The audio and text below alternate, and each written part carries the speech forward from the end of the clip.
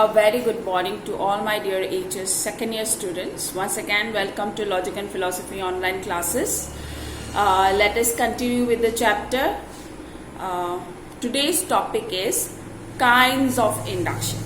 ठीक है, सो अब तक मैं फिर से रिवाइज कर देती हूँ. अब तक हम लोगों ने जितने भी मैंने प्रीवियस वीडियोस दिया है उसमें मैंने सबसे पहले क्लास 12 का सिलेबस डिस्कस किया. उसके बाद हम लोगों ने चैप्टर 1 स्टार्ट किया जिसका नाम है इंडक्शन, जिसमें सबसे पहले मैंने आप लोगों को समझाया what is induction, what are the characteristics of induction and what are the methods of induction, as well as मैंने आप लोगों को ये भी समझाया what is the relation and difference between induction and deduction. ठीक है, सो आज के वीडियो में मैं आप लोगों को समझाऊंगी what are the kinds of induction. Before proceeding मैं आप लोगों को एक बात बता दूं that this first chapter is too very easy but it is very very important. इसीलिए आप लोग अभी से पढ़ना शुरू करें. कोई कंफ्यूजन हो तो I am always there to help you. Okay, let us start now. Kinds of induction. ठीक है, the topic name is kinds of induction. Better होगा जब भी मैं आप लोगों को वीडियोस में लेक्चर दूं, you take one copy and pen with you so that you can write down the important points, ताकि आप लोग बाद में भूले ना. एक बार रिवाइज करने से ही, पॉइंट्स देखने से ही आपको फिर से रिमाइंड हो जाए सारे important points of the lecture. Okay, so let us start. Induction सबसे पहले is divided into two kinds. How many kinds? Two kinds. ठीक है, याद रखना. I am repeating it again and again because it is very important. हर साल exam में kinds of induction से questions आता है, इसीलिए it is very very important. Okay? So सबसे पहला point मैंने क्या समझाया, that induction is of two kinds. Induction दो kinds के होते हैं. What are those? Number 1, induction proper. Number 1, induction proper. Number 2, induction improperly so called. Induction improperly so called. So induction is of two kinds, induction proper and induction improperly so called. Now what is the difference between induction proper and induction improperly so called? दोनों में difference क्या है? The difference between induction proper and induction improperly so called is that in induction proper there is inductive leap. Okay, मैंने last video में भी आप लोगों को समझाया था what is inductive leap or hazard. So in induction proper there is inductive leap, but in induction improperly so called there is no inductive leap. Okay, clear? फिर से एक बार सुन लीजिए. What is the difference between induction proper and induction improperly so called. The difference is that in induction proper there is inductive leap, but in induction improperly so called there is no inductive leap. Now do you remember what is inductive leap? Inductive leap is the passage from something known to something unknown. Okay, that is called inductive leap. इस दुनिया में कुछ भी knowledge पाने के लिए उसके बारे में थोड़ा सा नॉलेज पहले से होना जरूरी है. अगर हम लोग किसी चीज के बारे में टोटली ब्लैंक हो, कुछ भी ना पता हो, then we will not proceed towards it because we don't bother about it and we don't know anything about it. So अगर हम लोगों का इंटरेस्ट कब जागता है किसी चीज को जानने के लिए, तभी जागता है जब उसके बारे में थोड़ा सा हम लोगों को पता हो. Then only we go and do more inquiry about it. Okay, anything, think about anything in this world. Everything is a passage from something known to something unknown. So every knowledge is derived from inductive leap. Okay, like मैं और एक example देती हूँ आप लोगों को, very practical example. जब भी हम लोग कोई बड़ा मूवी रिलीज होने होता है, तब क्या होता है, हम लोगों को कैसे पता चलता है कि कोई बड़ा मूवी आने वाला है, बहुत बड़े बड़े एक्टर्स उसमें दिखाई देंगे. ये बात हम लोगों को कैसे पता चलता है? ओके, ये बात हम लोगों को पता चलता है एडवर्टाइजमेंट से, प्रोमोज से. राइट. कोई भी बड़ा मूवी आने से पहले दे advertise the movie in the television and in the phone and all ना, ताकि हम लोगों को पता चले कि ऐसा कोई मूवी आ रहा है. Then only it creates interest in us. Okay, so अगर किसी मूवी का प्रोमो हम लोगों को दिखे तो हम लोगों को क्या क्या दिखाई देगा? हम लोगों को दिखाई देगा द स्टार कास्ट, मतलब कौन से हीरो है, कौन सा हीरोइन है, ये हम लोगों को पता चलेगा. The name of the movie में भी हम लोगों को पता चलेगा. कुछ गाने हम लोगों को पता चलेगा, because Hindi movies generally in India there is craze of Hindi movies and they are full of songs. So गाने हम लोगों को पता चलेगा, राइट. बट उसके आगे हम लोगों को क्या नहीं पता चलेगा? नहीं पता चलेगा the story of the movie. So अगर स्टोरी जानना हो तो हम लोग क्या करेंगे? हम लोग मूवी को देखेंगे. सो सिर्फ प्रोमो देख के हम लोगों को we know something about it, little bit about the movie, but we can pass from this known to unknown. That is, the story of the movie is still unknown. We can pass to the unknown only by watching the movie.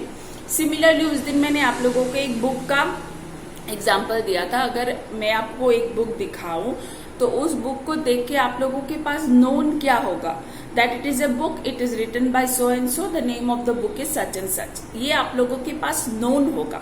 So unknown क्या होगा?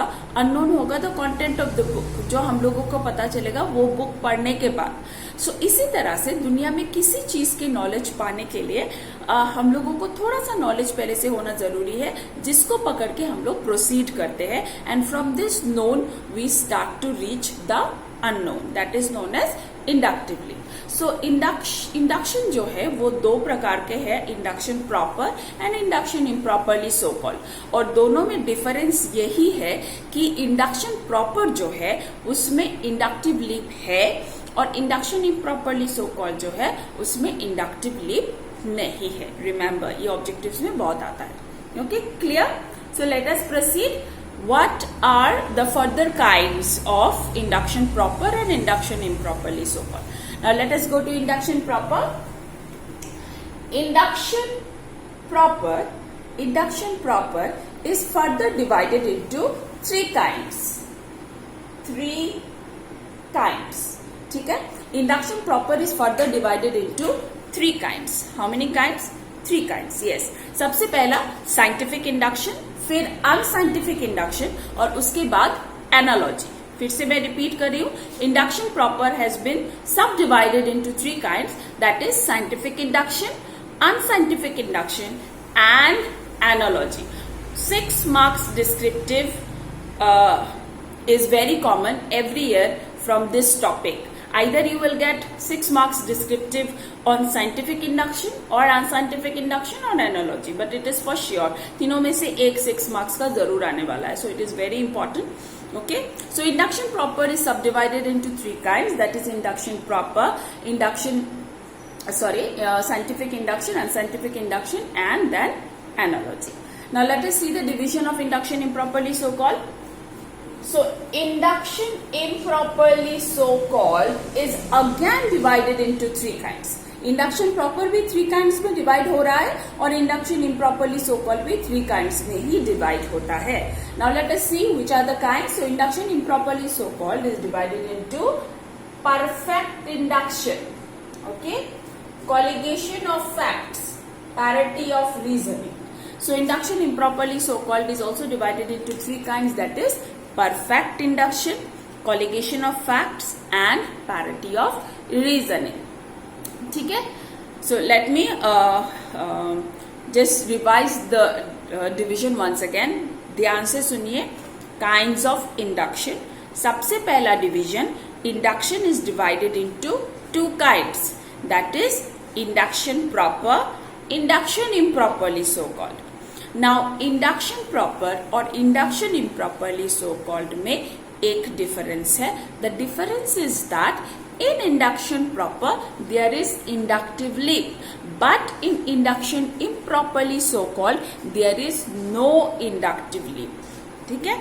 Now induction proper जो है उसको भी further subdivide किया गया है into 3 kinds. Okay, what are they? Scientific induction, unscientific induction, analogy.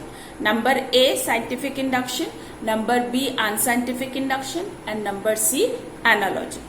Now induction improperly so called जो है वो भी डिवाइड किया गया है into 3 kinds, that is perfect induction, colligation of facts and parity of reasoning. Number A perfect induction, number B colligation of facts, and number C parity of reasoning. Understand? Clear? The division is clear. Okay, if you want to see the board, you can see kinds of induction, 2 kinds: induction proper, induction improperly so called. Induction proper subdivided into 3 kinds: scientific induction, unscientific induction, analogy. Induction improperly so called, again subdivided into 3 kinds: perfect induction, colligation of facts, parity of reasoning. ठीक है, याद रहेगा? Okay, अभी मैं एक एक करके आप लोगों को समझाती हूँ the kinds of induction proper. So सबसे पहला जो काइंड है इंडक्शन प्रॉपर का वो है scientific induction, right? So what is scientific induction? See, scientific induction, let us define scientific induction.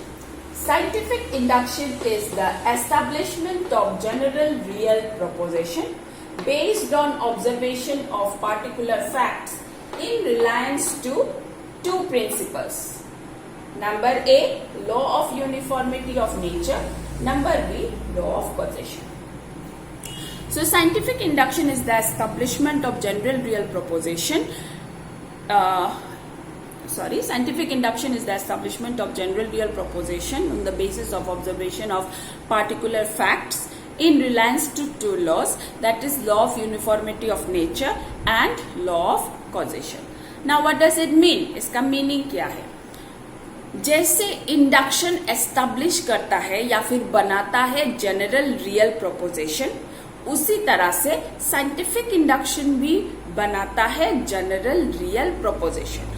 मतलब जितने भी साइंटिफिकली प्रूव नॉलेज हमारे पास है इस सराउंडिंग का, इस एनवायरनमेंट का, वो हम लोगों को मिला है साइंटिफिक इंडक्शन से.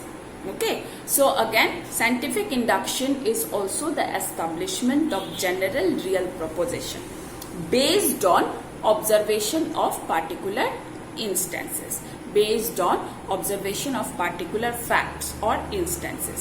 हम लोग scientific induction में भी general real proposition बनाते हैं by observing particular facts, ठीक है? But scientific induction जो है वो 2 laws के ऊपर depend करता है. Okay, scientific induction is based on 2 laws. Okay, what are those 2 laws? Law of uniformity of nature and law of causation. Once again let me repeat, law of uniformity of nature and law of causation. Now what is law of uniformity of nature? Law of uniformity of nature क्या है? Law of uniformity of nature का मतलब है nature will behave in the same way under similar circumstances. Once again, law of uniformity of nature means nature is uniform. Nature will behave in the same way under similar circumstances. मतलब nature हमेशा same रहता है, nature कभी बदलता नहीं है. Nature पहले भी जैसा था, आज भी वैसा है और इन फ्यूचर भी वैसे ही रहेगा. यूनिफॉर्म, यूनिफॉर्मिटी मतलब यूनिफॉर्म रहेगा, एक जैसा रहेगा. फॉर एग्जाम्पल, अगर आप लोग कॉलेज जाते वक्त देखे कि काले बादल छाए हुए हैं, ओके, तो हम लोग क्या करते हैं जनरली, अगर ऐसा अंधेरा होता है तो कॉलेज जाते वक्त अंधेरा होता है तो क्या करते हैं हम लोग छाता लेके जाते हैं, राइट? ये सोच के कि अभी बारिश होगा, ठीक है, पर बारिश तो हो नहीं रहा है, सिर्फ काले बादल छाए हुए हैं. तो फिर हम लोग क्यों ये अनुमान लगाते हैं, ये इन्फरेंस करते हैं कि बारिश होगा? क्योंकि हम लोगों ने देखा है कि जब भी काले बादल छाते हैं तब बारिश होता है. ये हम लोगों ने पहले भी देखा है, राइट? हमेशा देखा है. अभी एट प्रेजेंट ऑल्सो ऐसे ही हो रहा है और इन फ्यूचर भी ऐसे ही होगा. मतलब under similar circumstances nature will behave in the same way. Similar circumstances इस एग्जाम्पल में क्या है?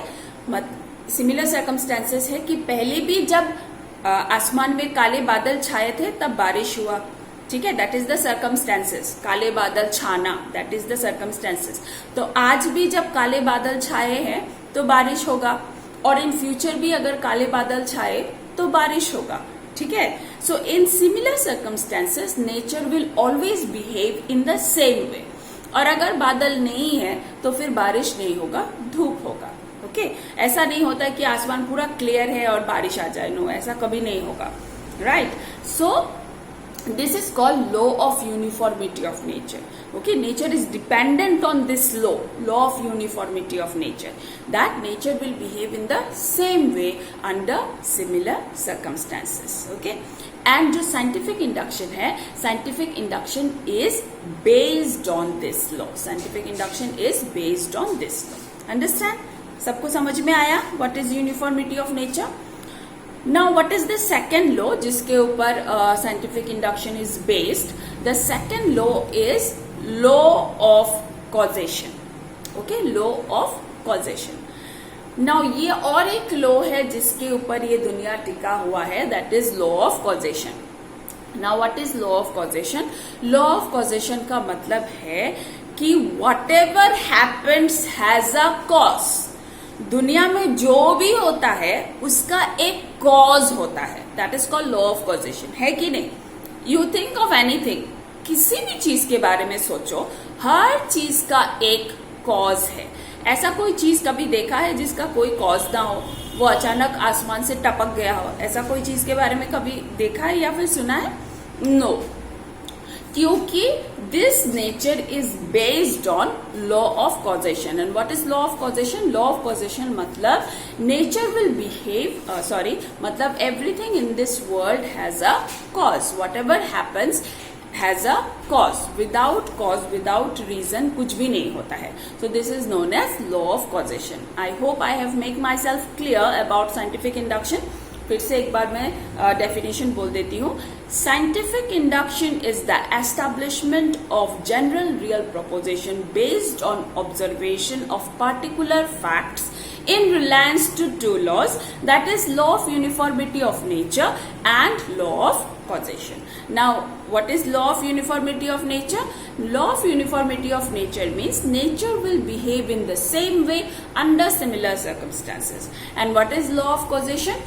Law of causation मतलब whatever happens has a cause.